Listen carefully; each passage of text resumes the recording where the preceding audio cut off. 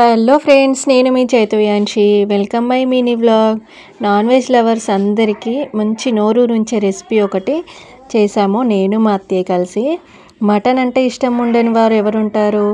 అబ్బా, నాకైతే చాలా చాలా ఇష్టం. ఈరోజు మటన్తో స్పెషల్గా మటన్ పచ్చడి చేశాను. ఎలాగో చూసేద్దాం. ఫస్ట్ 1 కేజీ మటన్ తీసుకొని బాగా వాష్ చేసి ఆయిల్లో డీప్ ఫ్రై చేయాలి, బ్రౌన్ కలర్ వచ్చేంత వరకు. ముక్కలు చిన్నగా ఉంటే తొందరగా ఉడికిపోతాయి, లోపల సాఫ్ట్గా పైన క్రిస్పీగా ఉంటుంది. నెక్స్ట్ అదే ఆయిల్ గోరువెచ్చగా చల్లారాక అందులో జీలకర్ర, కరివేపాకు, అల్లం వెల్లుల్లి పేస్ట్ అండ్ పసుపు, కొన్ని ఎల్లిగడ్డలు వేసి దోరగా వేయించుకోవాలి.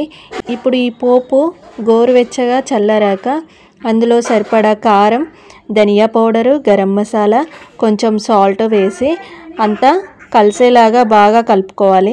నెక్స్ట్ మటన్ పీసెస్ వేసి బాగా కలుపుకొని 2 నిమ్మకాయల రసం పిండుకొని బాగా కలుపుకొని ఒక డబ్బాలో తీసి పెట్టుకొని ఆఫ్టర్ 2 డేస్కి మళ్ళీ పచ్చడి అంతా ఒకసారి కలిపి వేడివేడి అన్నంలో తినండి. నాన్ వెజ్ లవర్స్ అయితే పిచ్చెక్కిపోతారు టేస్ట్కి. పచ్చడి అయిపోయేదాకా 3 పూటలు అదే తింటారు.